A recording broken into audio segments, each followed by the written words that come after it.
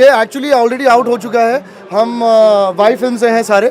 हम लोगों ने एक अभी वेब चैनल शुरू हो चुका है वाई फिल्म्स का, जिसमें पहले मैंस वर्ल्ड आया जो विक्रम ने डायरेक्ट किया, गौरव पांडे उसमें एक्टिंग कर रहे हैं। फिर हमने एक बैंग बाजा बारात नाम की सीरीज़ बनाई जिसमें मैंने डायरेक्ट किया और अंगिरा धर एक्टिंग कर रही है उसमें।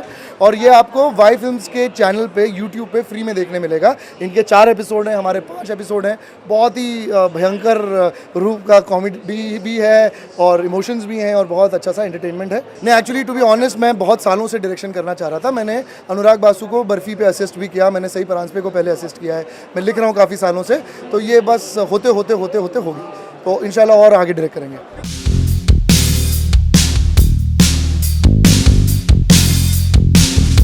एक्सपीरियंस तो बहुत ही अलग ही था, क्योंकि ऐसा कुछ कभी मैंने पहले किया नहीं। और ये कुछ ऐसा था कि एक आदमी का रोल एक लड़की को मिला है, लड़की का रोल एक आदमी को मिला है। So it was something different to experiment. और हमारे डायरेक्टर साहब जो है विक्रम गुप्ता जी, जिन्होंने मैंस वर्ल्ड बनाया, उन्होंने हमें ये स्क्रिप्ट दिखाई, बताई और हमने हाँ बोला और हमने किया।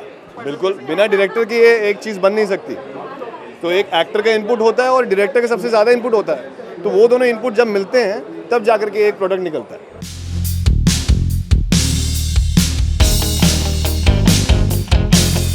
बहुत अच्छा एक्सपीरियंस था। इट वाज वेरी एक्चुअली बड़ा सरप्राइजिंग था, बिकॉज हम मतलब सेंस ऑफ ह्यूमर के साथ कहानी को बोलने की कोशिश कर रहे थे, but quite a few times जब हम सीन ऐसे होता था जहाँ जैसे जब लड़की वाले लड़के को देखने आते हैं और दहेज मांगते हैं वगैरह, तो उसमें जो लड़की उस सीन को एनैक्ट कर रही थी वो बड़ी इमोशनल हो गई। उसने रोना शुरू कर दिया एंड देन शी सेड जो इनके साथ हो रहा है वो मेरे साथ ऑलरेडी हो चुका है। तो it was there were lot of very emotional moments. बहुत मज़ा आया। It was very fun.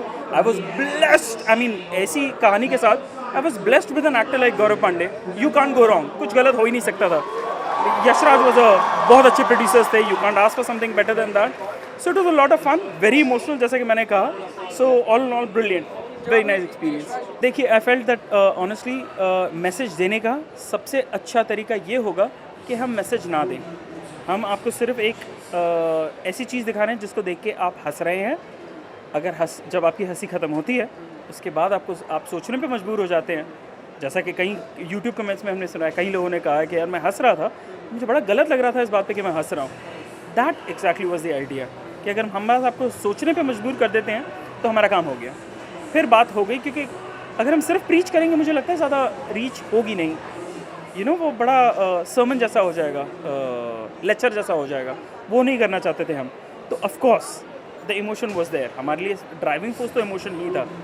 हम पॉइंट ही बताना चाहते थे। हमारा क्लाइमैक्स बस ये है कि एक आदमी अपने बच्चे से बात कर रहा है। तो it started with emotion, but your point is correct. हम हंसाने के ज़रिए ही अपना मैसेज स्प्रेड करना चाहते थे। मुझे लगता है कोई भी देख सकता है। मुझे लगता है एक्चुअली सब लोग देख रहे हैं। मतलब फॉरगेट की ऑडियंस क्या होनी चाहिए, आई थिंक सारी ऑडियंसेस हैं।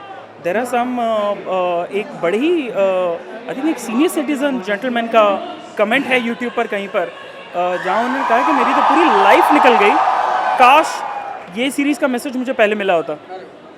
तो इट इज़ यंगस्टर्स को तो खैर आप जानते ही हैं कि वो हो रहा है। बच्चे आई डोंट नो, मुझे लगता है अगेन जो मैसेज है सीरीज़ का वो यही है कि जो हम बच्चों को सिखाएंगे वही सीखकर वो बड़े होंगे, वही उसी से दुनिया बढ़ेगी जो हम सिखाते हैं बच्चों को। तो अगर हम उनको एट अ यंगर एज अपनी अगर लड़का लड़की को जो भाई है अपनी बहन को रिस्पेक्ट से ट्रीट करे,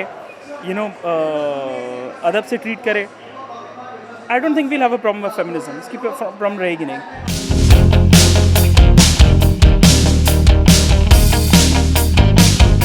For more news and gossip, don't forget to subscribe to Bollywood Helpline.